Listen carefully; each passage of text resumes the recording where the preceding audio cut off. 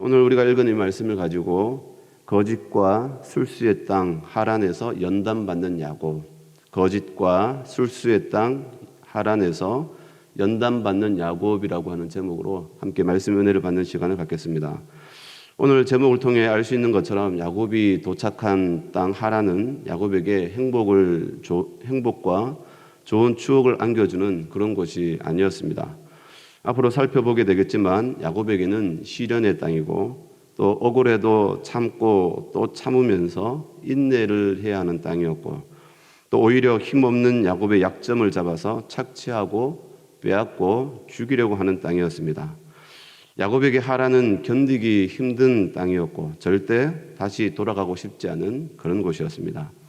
하지만 하나님은 의지할 것 없는 야곱에게 유일한 도움이 되셔서 도적대의 소굴과 같은 땅 하란에서 놀라운 복을 주시고 그리고 창대하게 하시고 또 대가족을 이루게 하시고 많은 재물을 얻어서 살아서 돌아오도록 인도해 주셨습니다. 오늘 우리의 모습도 야곱과 같다 할 수 있습니다. 우리가 살아가는 삶의 현장이 바로 하란과 같은 곳 아니겠습니까?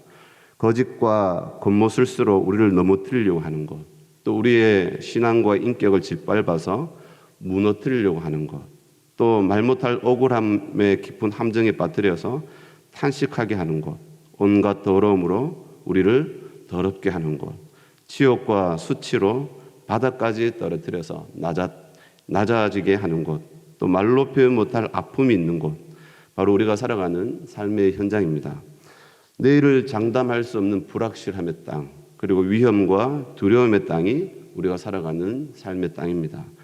야곱은 뭣도 모르고 하란으로 오게 되었지만 그곳에서 뼈를 깎는 그런 시련을 만나면서 하나님과 더 깊은 은혜의 자리로 나아가게 됩니다. 하나님은 그런 야곱을 단련하시고 있을 것 같지 않은 상황에서 대반전을 이루어 주십니다. 오늘 우리도 야곱을 지켜보면서 야곱이 빠진 그 깊은 함정에서 어떻게 살 수 있었는지, 그리고 또 하나님이 어떻게 지키시고 보호하시고 인도하셨는지를 우리가 확인하면서 우리 신앙의 위로와 본을 삼는 시간이 될 수 있기를 바랍니다. 먼저 우리가 살펴볼 것은 하나님은 험난하고 불확실한 노정에서도 바른 길로 인도하고 계신 것을 야곱이 확신할 수 있도록 보여주셨다는 겁니다. 오늘 읽은 본문 1절에서 20절까지가 그것을 잘 설명해 주고 있는데 1절에 3절 말씀을 제가 한번 보겠습니다. 야곱이 길을 떠나 동방 사람의 땅에 이르러 본즉 들에 우물이 있고 그 곁에 양 세 떼가 누워 있으니 이는 목자들이 그 우물에서 양떼에게 물을 먹임이라. 큰 돌로 우물 아기를 덮었다가 모든 떼가 모이면 그들이 우물 아기에서 돌을 옮기고 그 양떼에게 물을 먹이고는 우물 아기 그 자리에 다시 그 돌을 덮더라. 야곱이 동방 사람의 땅에 도착을 했습니다. 그리고 야곱이 도착한 곳의 주변 상황을 유독 자세하게 설명해 주고 있습니다. 보니까 우물이 있었습니다. 그리고 그 우물 곁에 양 세 떼가 누워 있고 그리고 그 우물은 큰 돌로 입구를 막아 놓은 상태였습니다. 그리고는 거기에 목자가 있습니다. 그 우물은 모든 목자들이 모였을 때 목자가 우물 아기에 있는 돌을 옮겨서 그래서 양에게 물을 먹였다라고 부연 설명까지 해줍니다. 야곱은 그 양떼들과 또 목자들을 보고 가서 묻습니다. 4절을 보니까 야곱이 그들에게 이르되 내 형제여 어디서 왔느냐? 그들이 이르되 하란에서 왔노라. 야곱이 그들에게 이르되 너희가 나홀의 손자 라반을 아느냐? 그들이 이르되 아노라. 야곱이 그들에게 이르되 그가 평안하냐? 이르되 평안하니라. 그의 딸 라헬이 지금 양을 몰고 오느니라. 당신들은 어디 사람이요? 하고 묻지요. 그렇게 묻자 하란에서 왔다는 겁니다. 야곱 입장에서 얼마나 반가웠을까요? 거기에다 라반을 잘 알고 있는 사람이었습니다. 그의 딸 라헬도 지금 함께 와 있다라고 얘기합니다. 야곱 입장에서 전율이 일어났을 것 같습니다. 왜냐하면 야곱 입장에서 브엘세바에서 하란까지 이 길은 쉬운 길이 아닙니다.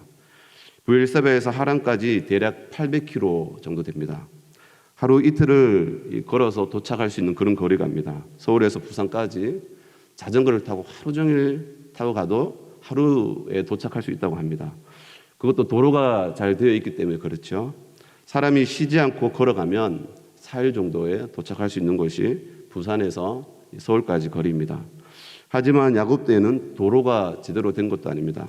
산을 넘어야 하고 계곡을 넘어야 하고 또 끝없이 펼쳐진 광야를 건너야 합니다. 길에서 도적들을 만나든지 또 들짐승을 만날 수 있는 위험이 있습니다. 그런 험난한 길을 걷다가 걸어서 아니면 약대를 이용해서 찾아가야 했습니다. 그야말로 야곱의 마음에는 천신만고라고 하는 말이 어울릴 만큼 어렵게 또 마음을 졸이면서 하란에 도착했을 것입니다.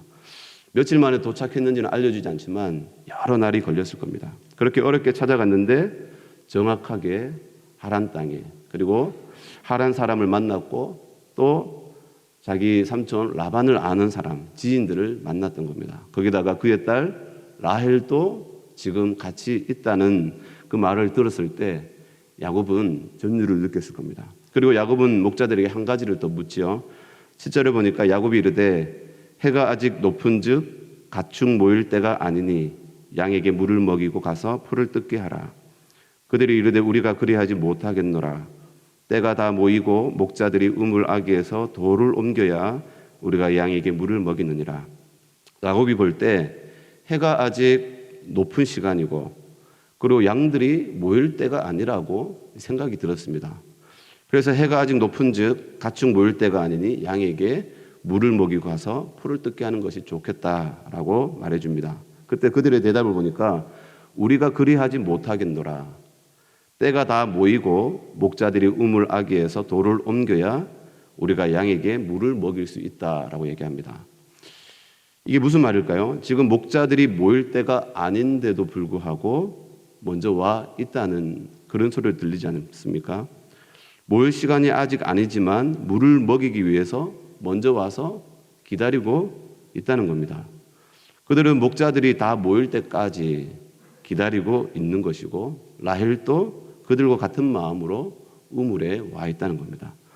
야곱의 입장에서 보면 해가 아직 높은 시간이었고 양들이 모일 때가 아닌데도 불구하고 야곱의 입장에서는 마치 야곱이 올 것을 맞이하기 위해서 기다렸다는 듯이 라반의 지인들이 나와 있었고 거기에다가 라반의 딸까지 함께 나와 있었으니까 이 모든 것이 마치 퍼즐이 짜 맞춰지는 것처럼 하나님이 야곱을 인도해 주셨다는 것을 직감하게 되는 겁니다. 그리고 그 순간 불안하고 긴장된 마음이 일순간에 풀어졌던 것입니다. 그래서 보니까 11절 말씀에 보니까 야곱의 그 심리를 보여줍니다. 11절에 보니까 그가 라헬에게 입맞추고 소리내어 울며 라헬을 붙잡고 입맞추며 소리내어 울었다라고 기록하고 있습니다. 여행으로 지친 불안하고 긴장된 마음이 일순간에 풀어지면서 라헬을 붙잡고 목 놓아서 울었던 것입니다. 라헬을 보면서 하나님이 나의 배우자를 이렇게 만나게 해주시는구나. 길을 잃고 헤맬까 봐 걱정했는데 이렇게 정확하게 만나게 해주시는구나. 억눌렸던 눈물이 터져버린 것이고 그만큼 야곱의 마음의 불안함이 극에 달했음을, 스트레스가 많았음을 보여줍니다. 여기서 야곱은 하나님께서 지켜주셨다는 사실을 또다시 확신하게 되죠. 첫 번째는 하란 땅에 정확하게 도착했는 것. 두 번째는 외삼촌 라반과 가까이 지내는 지인들을 만날 수 있었다는 것. 세 번째는 양들이 아직 모일 때가 아닌 뜨거운 낮 시간에도 야곱을 놓치지 않도록 미리 사람들이 나와 있었다는 것. 네 번째는 자신이 그렇게 찾는 배우자, 라반의 딸을 바로 그 현장에서 만나게 된 것. 이것은 우연치고는 너무 상황이 잘 맞아 떨어지는 것입니다. 지난날에 아브라함의 종이었죠. 종 엘리에셀이 이삭의 아내를 얻기 위해서 이 하란으로 보내지 않습니까? 그때에도 이 엘리에셀이 이렇게 하나님 앞에 기도하죠. 그가 이르되 우리 주인 아브라함의 하나님 여호와여 원하건대 오늘 나에게 순조롭게 만나게 하사 내 주인 아브라함에게 은혜를 베푸시옵소서. 또 48절에 보니까 내 주인 아브라함의 하나님 여호와께서 나를 바른 길로 인도하사 나의 주인의 동생의 딸을 그의 아들을 위하여 택하게 하셨으므로 내가 머리를 숙여 그에게 경배하고 찬송하였나이다. 엘리에셀이 한치의 오차도 없이 이삭의 아내감을 만나면서 전율을 했던 것처럼 야곱도 무사히 목적지에 도착했고 또 라반의 지인들을 만났고 또 거기서 또 라반의 딸까지 만났으니까 우연치고는 이런 우연이 없는 것입니다. 보이지 않는 하나님이 여정 가운데 함께하고 계시는 것을 야곱은 체험하는 겁니다. 여러분, 우리도 야곱과 같은 감각을 가지면 좋겠습니다. 힘겹고 어려운 상황에 직면했을 때 낙심하고 좌절하는 것이 아니라 나와 함께 하시는 하나님께서 어떻게 인도하실지를 믿음으로 고백하면서 감사하고 찬송하고 인내하고 견디면서 하나님의 때를 만들어갈 수 있는 그런 지혜가 있기를 원합니다. 같은 고난과 시련 앞에서 비전과 믿음을 가지고 있는 사람과 또 비전과 믿음이 없는 사람이 당하는 입장은 천지차이입니다. 우리는 하나님의 역사하심을 알고 내 삶 속에 또 나를 돕는 손길이 어떻게 나와 함께 하는지 그러한 부분들을 세심하게 살펴보면서 또 하나님의 뜻을 살펴볼 수 있는 우리가 될 수 있길 바랍니다. 또 다음으로 살펴볼 것은 야곱은 생각지도 않게 라반의 두 딸을 아내로 맡게 되었다는 겁니다. 오늘 성경을 보니까 야곱이 라반의 집에 한 달가량 지내면서 일을 도와주었던 모양입니다.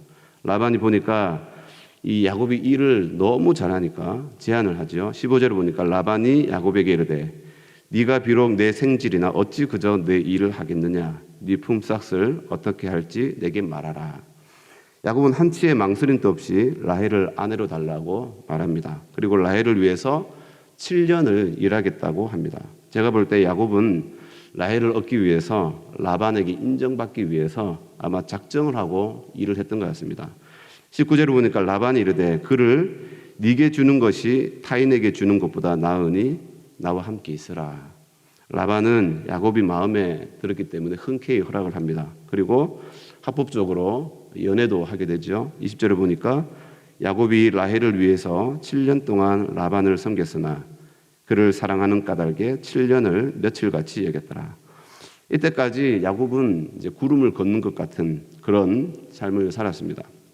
그런데 이후부터 이제 완전히 납득할 수 없는 상황에 내몰리게 되죠. 25절에 보니까 야곱이 아침에 보니 레아라 라반에게 이르되 외삼촌이 어찌하여 내게 이같이 행하셨나이까? 내가 라헬을 위해서 외삼촌을 섬기지 아니하였나이까? 외삼촌이 나를 속이시면 어찌 됨이니까?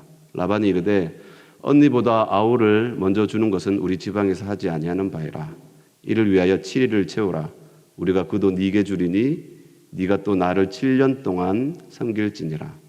야곱이 또한 라헬에게로 들어갔고 그가 레아보다 라헬을 더 사랑하여 다시 7년 동안 라반을 섬겼더라.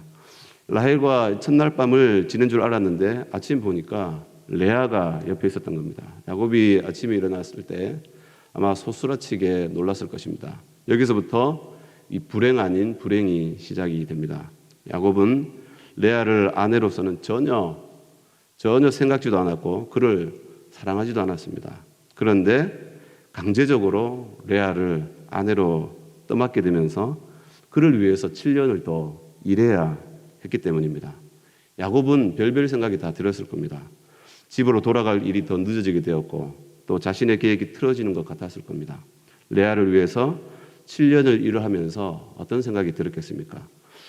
내일 우리가 30장을 살펴보게 되겠지만 오늘 이 발생한 사건은 오히려 세 발의 피에 불과합니다. 30장을 보면 이 레아와 라헬 사이에 엄청난 시기심이 발동하면서 뜻하지 않게 아내 둘을 더 얻게 됩니다.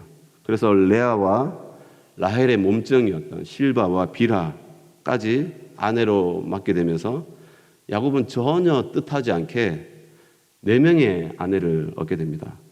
보통 같으면 절대로 성사되지 않을 어려운 일이었는데 레아와 라헬 사이에 이 암투가 생기면서 안 될 일이 되고 말았습니다.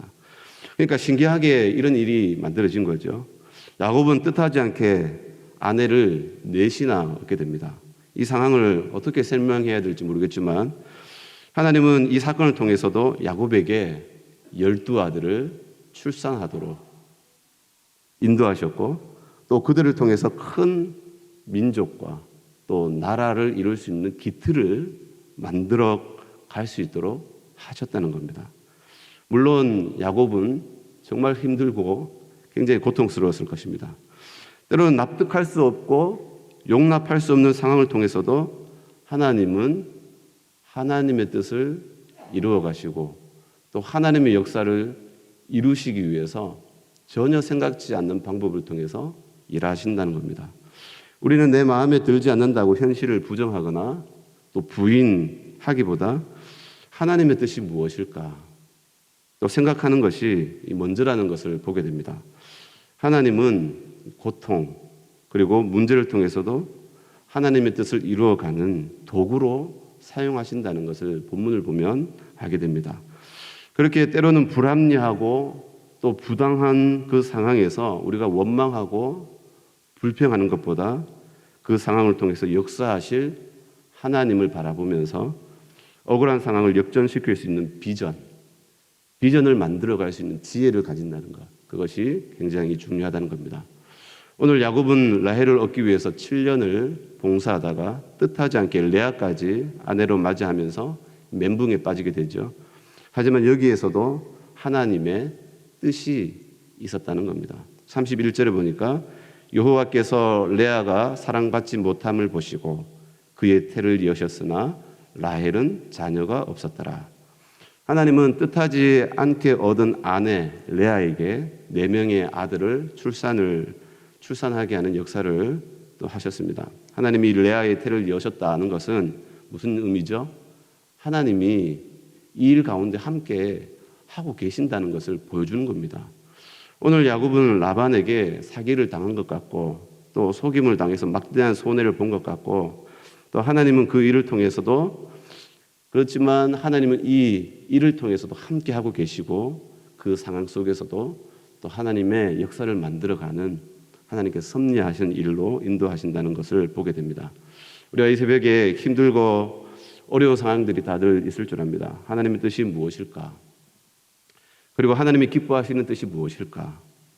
때로는 우리가 이해할 수 없는 상황 속에서 힘들고 고통스러운 상황 속에서 또 불합리한 상황을 만날 때 그 자리에서 우리가 좌절하고 낙심할 것이 아니라 그 상황 속에서 역사하실 하나님, 인도하실 하나님 어떻게 인도하실까?